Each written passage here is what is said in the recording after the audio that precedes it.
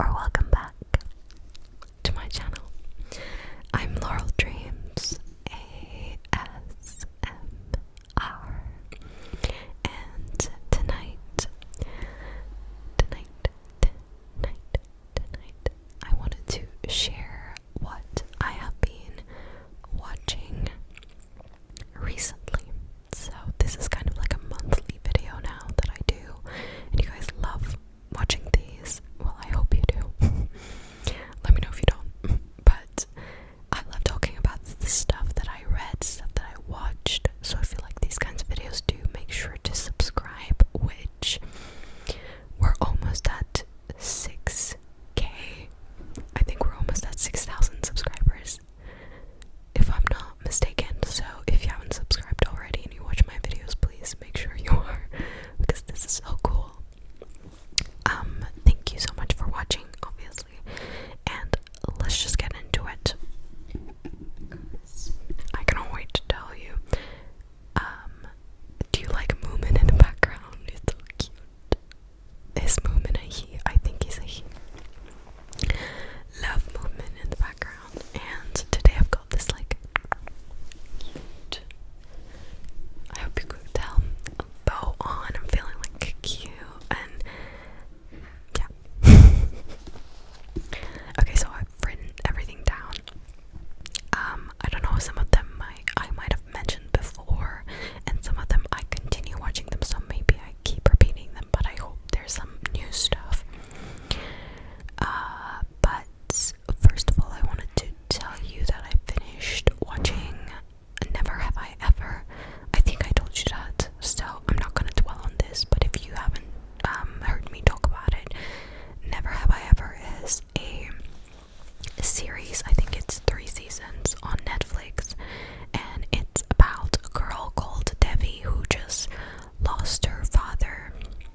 It was like a traumatic incident. It happened during her performance at high school. She's in a band, and he had a heart attack, unfortunately, and passed away, and it basically sets off from there her dealing with grief throughout the seasons and just coming into her own, having a lot of character development, and also going through these normal teenage things, you know, first crush, first love, best friends, and just like all around high school drama. But I love this show. It was so funny. Her mom, her grandma, so hilarious, so funny. The humor that is directed to like traditional families, like stricter families. I was like, oh my god, I was rolling around on the floor laughing, kind of. Well, not literally, but I loved the jokes. Yeah, I just really like it. Sometimes it was frustrating because like, I want her to be with this person, with that person, but yeah, I love the show in its entirety. I think it's a really good teenage show. I thoroughly love this show, and I would recommend it to anybody who's into those like high school type of shows, like just like growing up, teenagehood. You know what I'm talking about. But yeah, another series that I finished for now, because this was the season 2 of The Bear. I love The Bear. I love The Bear. If you haven't watched it, it's on Disney Plus or Hulu, maybe. I don't know. But it is so good. It is about a chef who, wow, it also has a loss. So The Bear, if you haven't heard of it, which you need to go watch, it's about a chef who, like the other show, has lost somebody close to him. So the main character lost his brother, who owned a restaurant. So in the first season, he kind of takes charge of the restaurants. It gets to know the people and stuff, and every character is so different, and everyone feels real. I love this show because of the characters.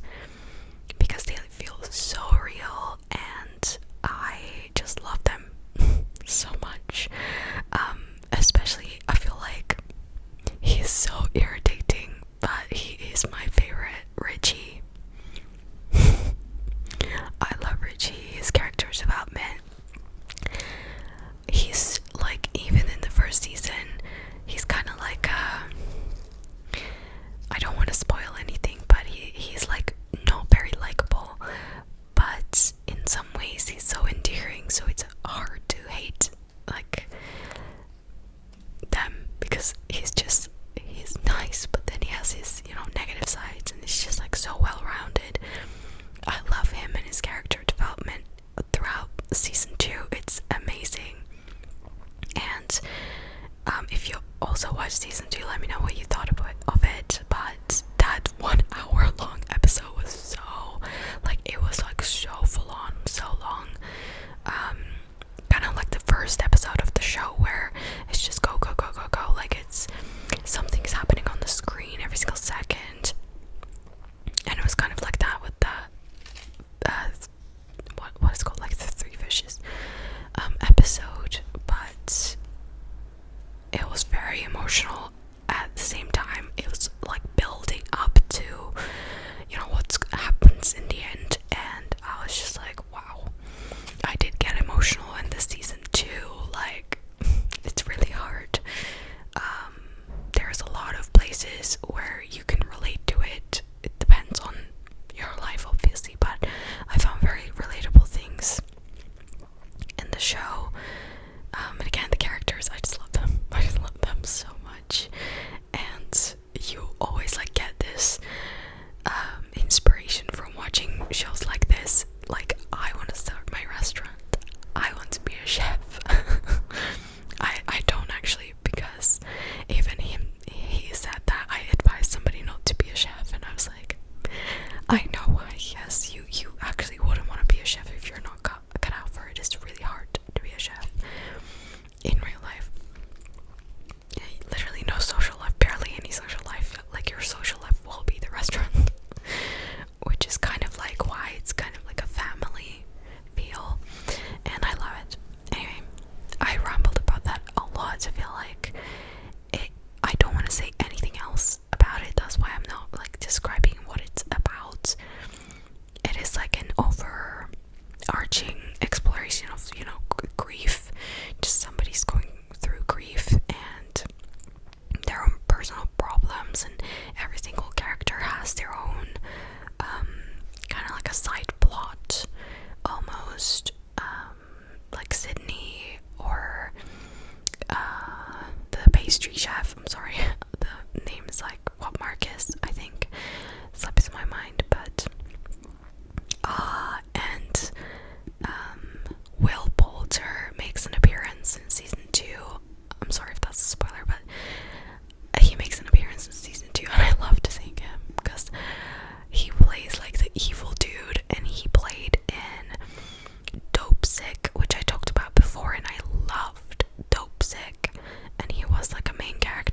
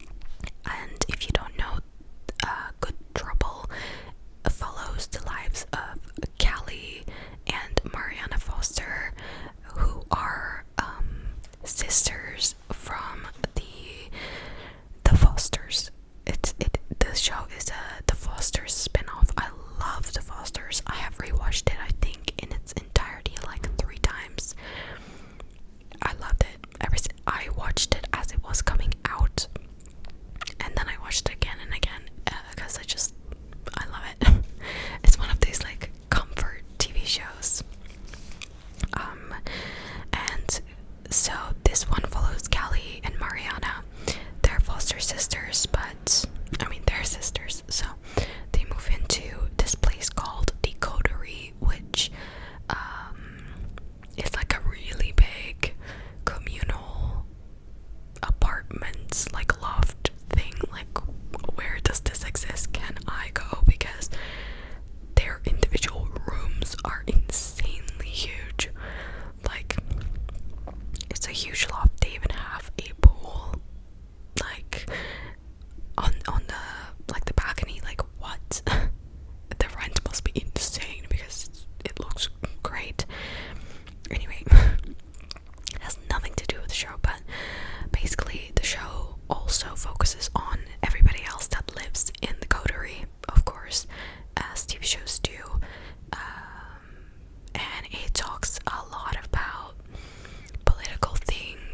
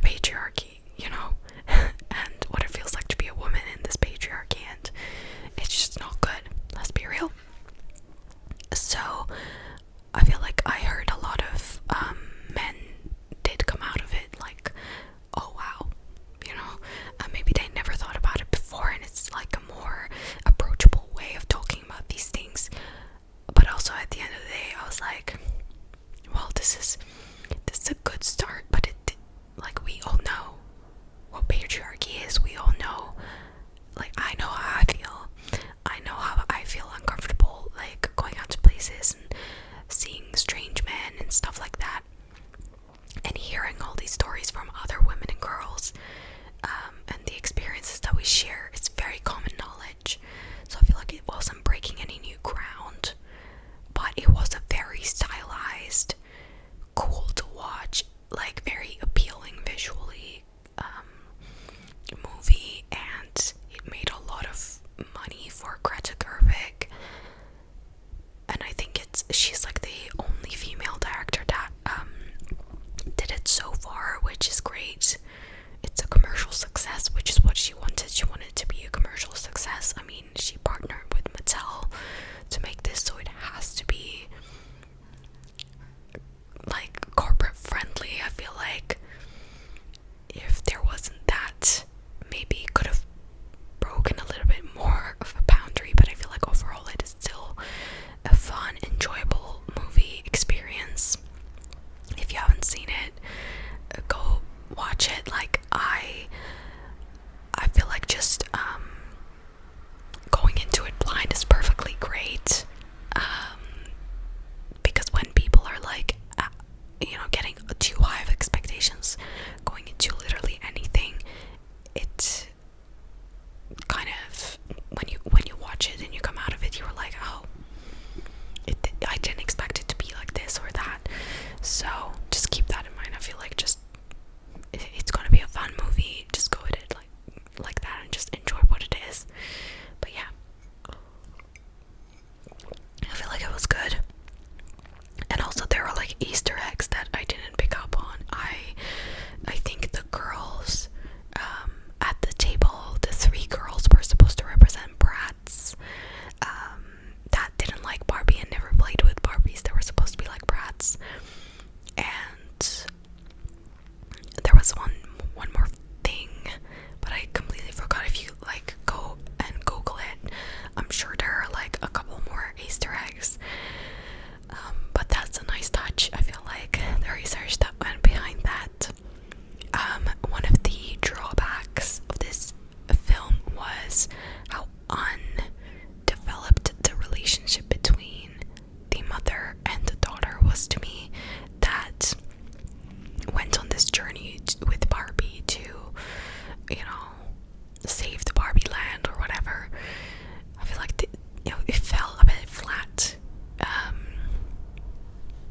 But time constraints, again, like, I don't know, it kind of was trying to do too many things at once, and when that happens, one side of the story is always going to lag. So oh well. It's still really cool to see like the set and all the clothes. It's really cool to see all the different clothes and all the different Barbies. There were a lot of funny jokes. I loved Ken's song. I'm just Ken. Anywhere else I'd be a 10. I love that one. It's so good. I was like singing it out of the theaters. I was like, yeah. But overall, it was a good movie. But let's continue. Another show that I finished was Well Trent. I finished watching season 1 of Well Trent, and it's about a detective that has a chihuahua, Betty. She's so cute, and he solves crime. He's dyslexic. He works in a unit where he is assigned a new partner. Like going into it, like season 1, episode 1, he's assigned a new partner. Who is a woman who's the daughter of the director, like whoever's in charge, and they kind of like don't have a good relationship at the start, and like develops, and they become kind of like besties, and it's so nice to see that their dynamic is so cool to watch. They're so funny. There's so many hilarious moments in this show, but also like really deep and touching moments. There